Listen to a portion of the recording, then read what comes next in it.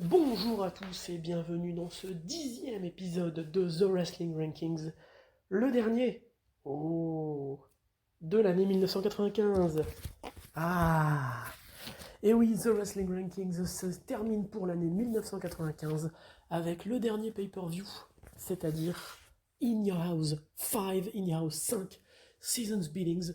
C'est un jeu de mots avec Seasons Greetings, euh, puisqu'aux États-Unis, en fin d'année, il y a ce qu'on appelle les Seasons Greetings, c'est-à-dire les remerciements, les grâces de Noël, où on remercie les gens qu'on aime de leur soutien ou autre. Et bien là, c'est un jeu de mots puisque c'est Seasons Beatings, les bagarres de Noël, puisqu'en effet, c'est le dernier pay-per-view de l'année.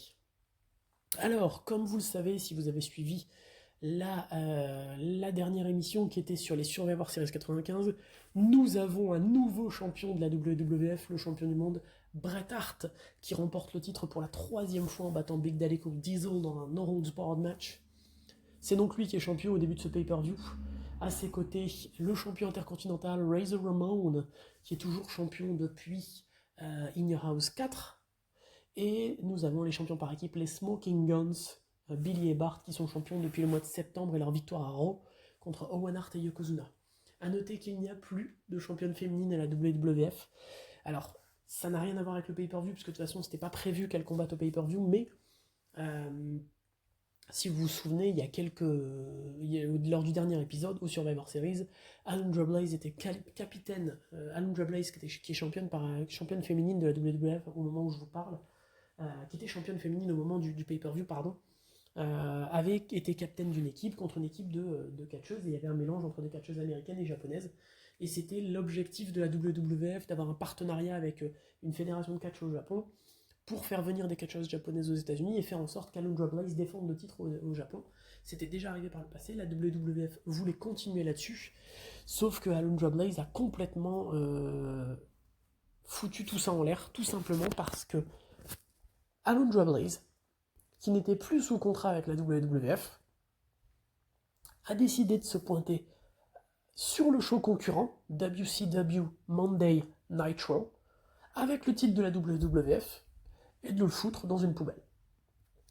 Autant vous dire que la WWF est furieuse de ça. Il y a eu des lettres d'avocats, des menaces de procès, etc. Rien n'est jamais sorti de ça. Mais par contre, ça a complètement mis fin à la division féminine à la WWF. Et il faudra attendre l'arrivée et l'explosion à la WWF de Sable en 98, 3 ans plus tard, pour que la WWF décide de remettre en place un championnat féminin. Ce sera au Survivor Series 98, quasi 3 ans jour pour jour après ça. Mais voilà, donc nous n'avons plus de championne féminine, plus que 3 titres à la WWF, le titre de champion du monde, le titre intercontinental et les titres par équipe. La carte de ce pay-per-view, c'est un ring house, donc généralement c'est entre 5 et 7 matchs, là on va en avoir 6. Nous aurons Razor Ramon et Marty Jannetty qui affronteront Psycho Sid et le One Two Three Kid. Psycho Sid et le One Two Three Kid qui représentent la $1 Million Corporation de Ted DiBiase. Nous aurons Ahmed Johnson contre Dean Douglas. Big Daddy Cool Diesel contre Owen Hart. Hunter Hearst Helmsley, Triple H contre Henry Godwin dans un Hawk Pen match. J'expliquerai ce que c'est lors de l'explication du match. Et l'Undertaker contre King Mabel dans un casket match. Et en main event, Bret the Hitman Hart contre le British Bulldog Davey Boy Smith pour le titre de la WWF. Donc c'est une carte assez homogène, 6 matchs, 2 matchs à stipulation, 1 match par équipe et 3 matchs simples. Le pay-per-view débute avec le combat par équipe, Razor Ramon et Marty Jannetty contre le One Two Three Kid et Psycho Sid. L'histoire elle est très simple, vous le savez, le One Two Three Kid et Razor Ramon étaient très amis. Il y a eu des dissensions entre septembre et octobre. On pensait que les deux hommes étaient redevenus amis, et puis le One Two Three Kid s'est vendu au $1 Million Man Ted DiBiase, puisque lors d'un combat entre Razor Ramon et Psycho Sid, où le One Two Three Kid était l'arbitre spécial, il va aider Psycho Sid à remporter la victoire en le retirant du Razor's Edge et en permettant à Psycho Sid de porter son chokeslam pour le compte de 3. Et donc depuis, Razor Ramon est furieux contre le One Two Three Kid, mais le One Two Three Kid fait tout pour l'éviter grâce à l'aide de la $1 Million Corporation. Pourquoi Marty Jannetty et Psycho Sid sont là? Tout simplement parce que au Survivor Series, le One Two Three Kid était dans une équipe, Marty Jannetty est dans l'autre équipe, et c'est tous les deux. Et ils ont fini le combat en 1 contre 1, et Psycho Sid était intervenu pour attaquer Marty Jannetty et offrir la victoire au One Two Three Kid. Donc tout ce beau petit monde est relié, et va donc s'affronter dans un match par équipe. Le match est plutôt sympa. Razor Ramon, Marty Jannetty et le One Two Three Kid sont assez fulgurants dans le ring, beaucoup de courses, etc.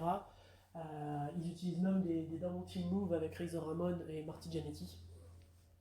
Quand on passe à Razor Ramon et Psycho Sid, c'est un peu plus lent et un peu moins bien forcément. Ce qui me dérange le plus dans ce combat, c'est le finish, puisque je pense que c'est un finish qui est raté. C'est totalement visible lors du pay-per-view.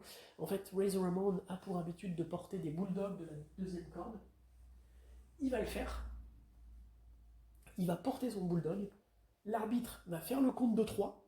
Le One Two Three Kid va tout de suite tenter d'intervenir, mais ce sera trop tard. Et Razor va vouloir enchaîner avec le Razor's Edge, mais Psycho Sid va réussir à empêcher ça. Donc je pense pour moi que le One Two Three Kid était censé intervenir et empêcher Razor Ramon de faire le compte de 3 sur Psycho Sid. J'ai envie de dire, de toute façon, il me semblait bien logique que Razor Ramon et Marty Jannetty soient les vainqueurs. Dommage qu'on n'ait pas eu le vrai finish. J'aurais bien aimé voir à quoi ça ressemblait.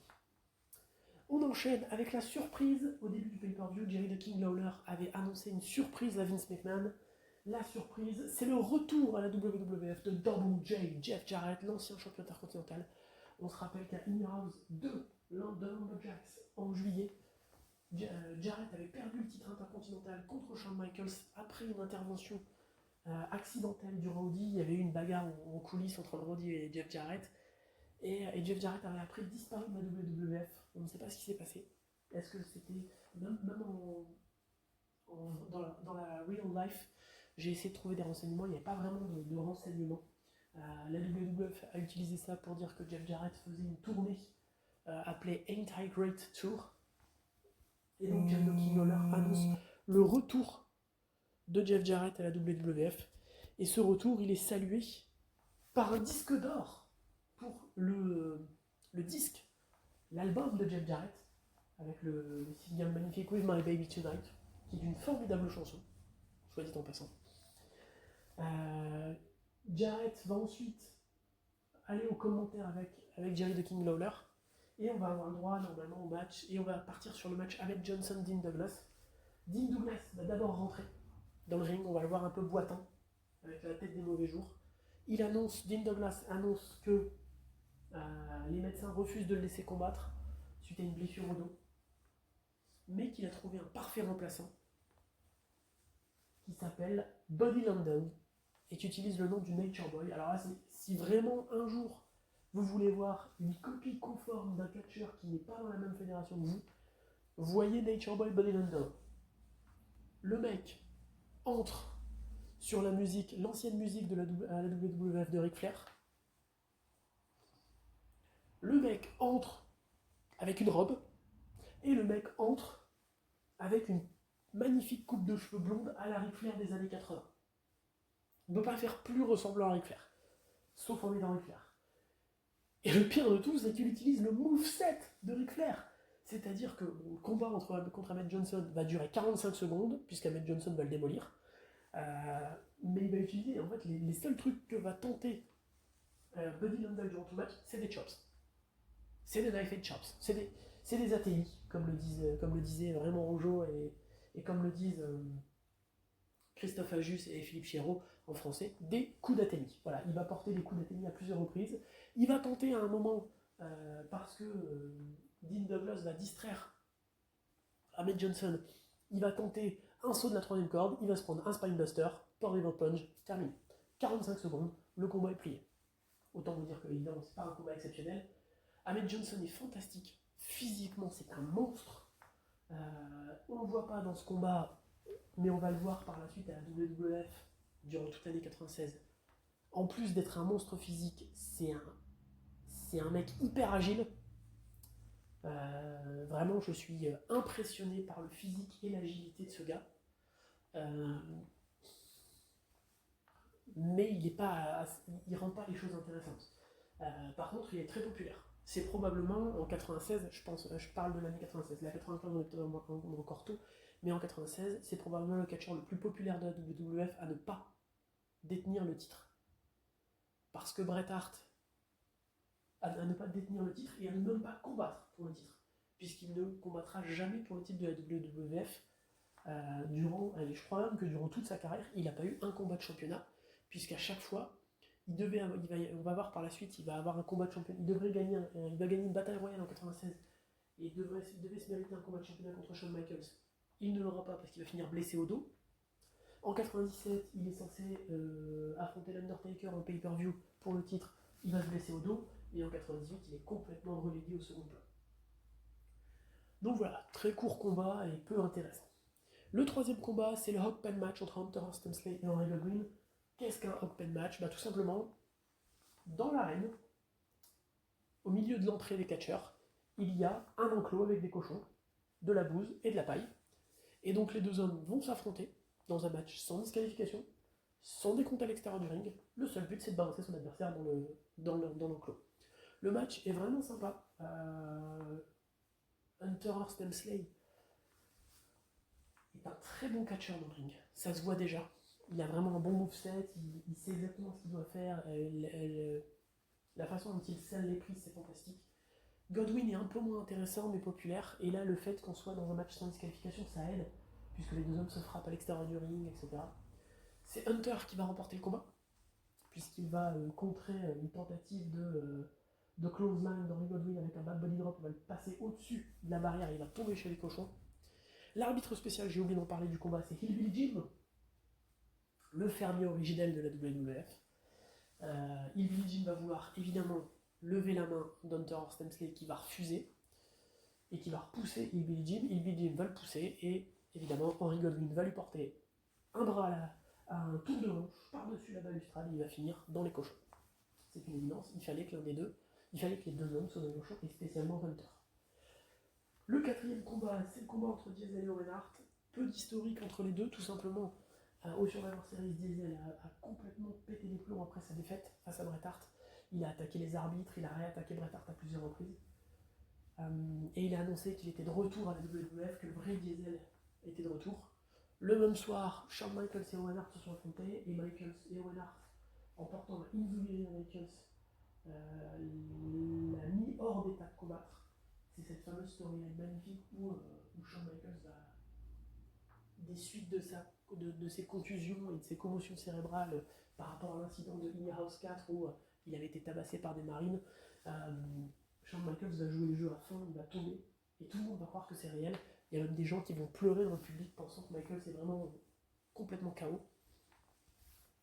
Owen Hart va évidemment prendre tout le crédit pour ça, dire que c'est lui qui a mis la fin à la carrière de Michaels, qu'il est le meilleur, etc. Ça va évidemment énerver Diesel, qui va donc affronter Owen Hart au pay-per-view. Il va le démolir.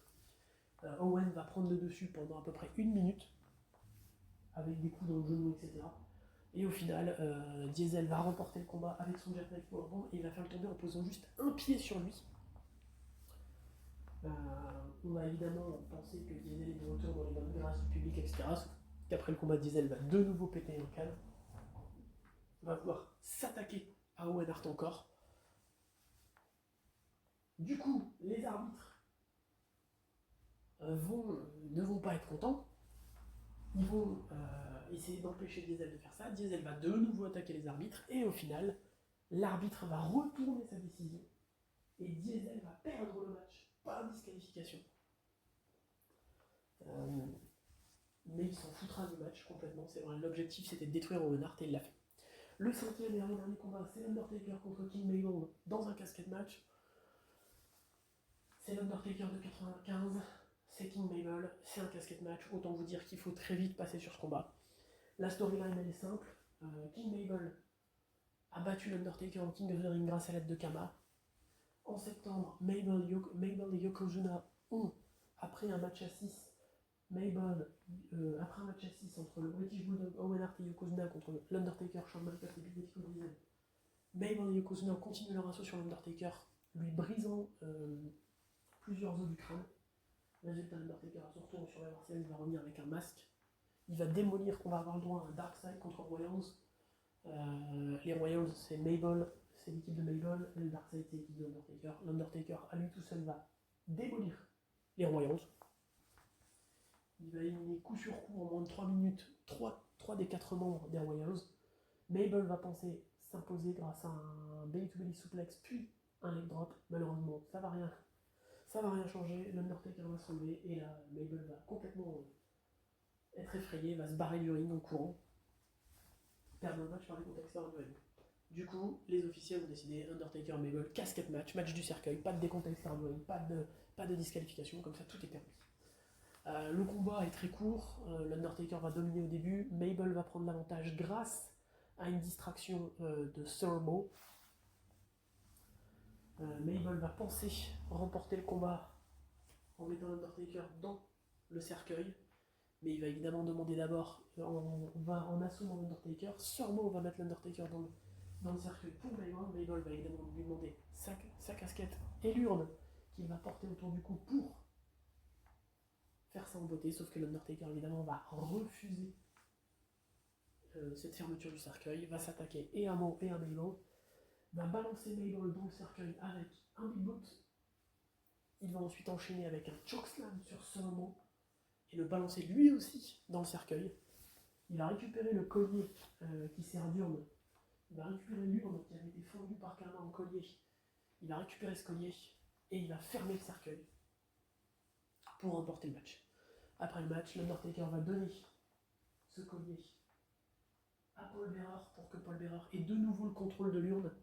Et surtout, il va regarder le public et faire signe qu'il veut le titre de la WWF. C'est important. Et vous allez voir pourquoi ensuite. On passe donc au main event, Bret Hart contre le British Bulldog Davey Boy Smith. Bret Hart a récupéré le titre. Le Bulldog était censé avoir un rematch puisqu'il a remporté par disqualification son match de championnat contre Diesel à Inner House 4. Et surtout, Bret Hart, lors de leur dernier affrontement, lors de leur unique et dernier affrontement en 1 contre 1 pay-per-view, Bret Hart avait perdu le titre intercontinental contre le British Bulldog Davey Boy Smith. C'était à SummerSlam 92 à Wembley. Et donc là, tout le monde se dit que le British Bulldog va peut-être remporter le titre. Le British Bulldog va en plus essayer d'invoquer la chance en portant la même tenue que ce soir-là à Wembley. Évidemment, c'est un combat entre Bret Hart et le British Bulldog, donc c'est un excellent combat. On ne peut pas nier que le combat est exceptionnel. Il y a quelques moments, par contre, qui l'empêchent d'atteindre la note maximale. Il y a d'abord le moment où le British Bulldog à Bret Hart, il y a un moment où le British Bulldog à Bret Hart, en position à l'envers, les pieds en l'air et la tête en bas dans le coin du ring, il le tape et à un moment il fait un mouvement de bras qui fait décoller l'arbitre.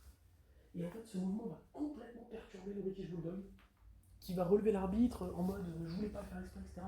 Donc ça on peut le comprendre, parce qu'il n'a pas envie d'être disqualifié. Mais ensuite, surtout Bret Hart, le British Bulldog va être tellement perdu qu'il va tout de suite enchaîner avec un chin lock, parce qu'on sent qu'il est perdu. Et malheureusement, c'est cette prise qui va revenir 4 ou 5 fois dans le combat auprès du British Bulldog pour Bret Hart. Ce chin lock, cette prise d'étranglement au sol. À la fois parce que je pense que le British Bulldog est perturbé suite à cet incident avec l'arbitre, et à la fois je pense parce que le British Bulldog n'a pas une endurance monstrueuse. Il a beaucoup de muscles, mais il est très vite épuisé. Et c'est pas la première fois dans les combats du British Bulldog où on voit qu'il a besoin, en quelque sorte, d'une prise de soumission au sol pour se reposer. À part ça, on a un moment dans le ring, alors Bret Hart dans son livre explique, et c'est la deuxième fois qu'il a fait ça et c'est fantastique, explique qu'il avait peur que le combat soit mal perçu par les fans parce qu'il n'y avait aucune animosité entre les deux, aucune réelle animosité entre les deux. Et donc du coup, il va volontairement se faire saigner Bret Hart. Et on va avoir un moment où le British Bulldog va faire tomber Bret Hart dans les escaliers du ring, et Bret Hart va ressortir avec un saignement. Alors Vince McMahon va être horrifié parce qu'à la WWF à l'époque, on ne pouvait pas saigner. La dernière fois que j'ai vu du sang en pay-per-view à la WWF, ça doit dater de très longtemps, sincèrement. Et donc Bret Hart va volontairement se faire saigner, mais tout en faisant croire que c'est accidentel. Et Bret Hart le dit dans son livre. Il avait fait la même chose à WrestleMania 8 avec Roddy Piper. Il s'était fait saigner réellement en prétendant que c'était un accident. Et Vince McMahon à chaque fois va tomber dans le panneau, il va croire que c'est une blessure accidentelle.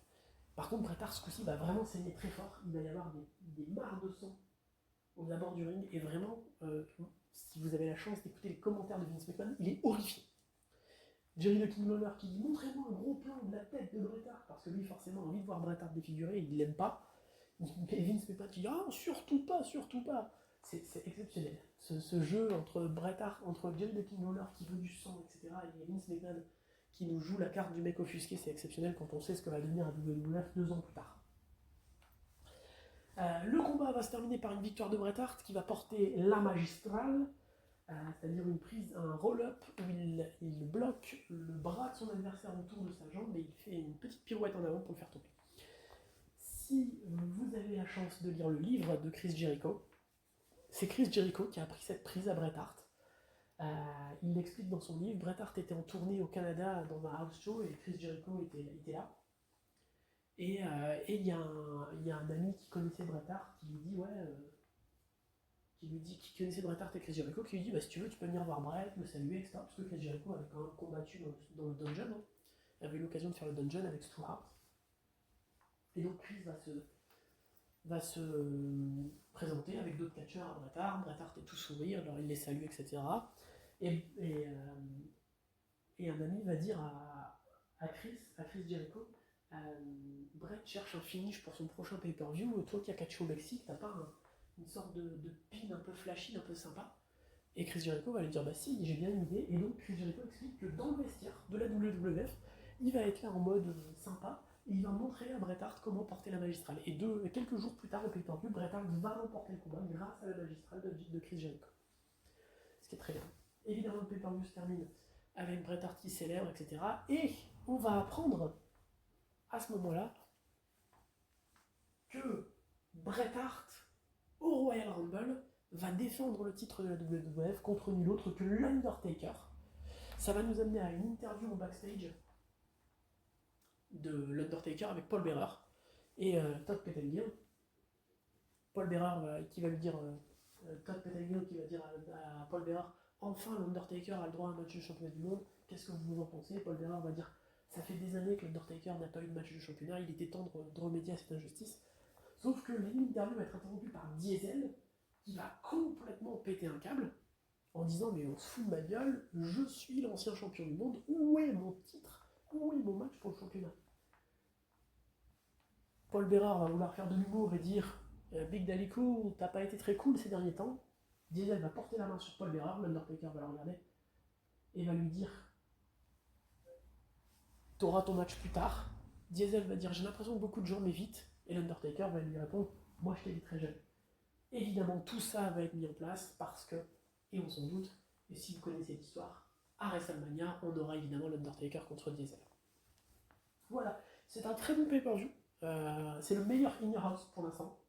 Il a pris la tête du classement des In Your House. Le classement final pour l'année donc 1995 nous permet de dire que c'est WrestleMania 11 qui termine avec le meilleur pay-per-view, avec la note de 2,57. Pas ouf, 2,57, mais c'est la meilleure note pour l'année 95. Le pire pay-per-view de l'année. J'aurais cru, sincèrement, avant de faire la série, avant de noter que le King of the Ring, qui est réputé pour être un pay-per-view catastrophique, aurait la distinction d'être le pire pay-per-view, mais il est sauvé par deux combats, c'est-à-dire Bret Hart contre Jerry the King Lawler et Shawn Michaels contre Kama. Et le pire pay-per-view de l'année, c'est In Your House 4, mais en même temps, quand on prend un 0 avec Yokozuna et Mabel, c'est normal. Je vous remercie en tout cas d'avoir suivi cette année 95 in review. On se donne rendez-vous pour l'année 96 qui va débuter très rapidement avec le Royal Rumble. Et en attendant, je vous remercie. N'hésitez pas à vous abonner, que ce soit sur YouTube ou sur TikTok, dans Wrestling Rankings. Sur YouTube, les vidéos, les reviews complètes. Sur TikTok, juste les petits résultats et le classement général. Je vous dis merci beaucoup et à ciao, bon dimanche!